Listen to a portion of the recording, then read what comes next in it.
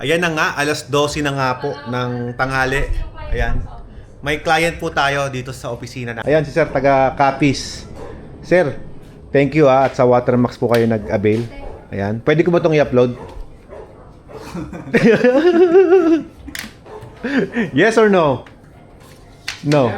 Sir? Sige yan. Oo, sige daw. Ayan, oh. May approval ni Sir yan, ha? O, pagka hinabol ako ni Sir ng ano, wala siyang habol. Ma-approve ka, Sir, ha? Ayan. Sir, bakit dito sa Watermax naisipang bumili?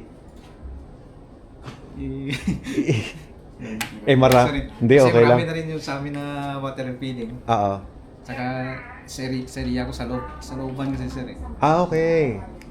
Kaya kailangan ko ng Kailangan. machine. Yun. Pag nasa looban na area, kailangan talaga machine ang maganda, ano, Sir?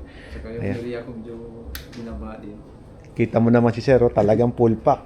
Ayan, oh. Galing sa malayong biyahe. Talaga naman, dumayo pa dito. Sir, maraming salamat, Sir. Ha? Sige sir, thank you. Thank you sa pag-avail dito sa Watermax. Talagang dinaya ko yung area ko sir eh. Oo nga. Salamat. Kain ka muna, Sir, bago ka bibiyahe.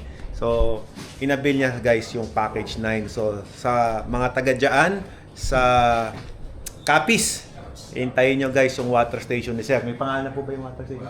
Wala pa. So, yan. Basta si Sir, magkatayo na kami ng Watermax dyan sa Capiz. At si Sir po ang magmamanage. Package 9. Done deal. Thank you. Thank you, guys. Magandang tubig. Picture pala eh.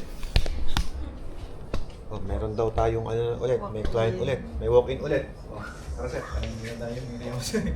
1, 2, 3. Sama po. Watermax sign po. Yan. Sir, meron kami Sorry. sign ganito. Sir, lakbayan mo ako, Sir. Yan. Yan po. 1, 2, 3. Okay po. Yan. Thank you sir. Boss. Congratulations po. At more power. Sana rin sir matulungan ako sa Oo business naman, ko. boss. We will do anything. Kaya bala ko mag-start balik ko eh. Gusto ko ako Ikaw mismo yung magmamanage. manage. Kasi simula ba, kailangan ako magbantay Yes, oo naman. sa mga Sige, tao. Saan mo yung tulong namin dyan, Sir? Sige. Kakain muna ako, Sir. Sige, sir. Kumain ka na rin. Pakainin mo, Sir, ng masarap. Dapat yung masarap ang pakakain mo, ha? Oo.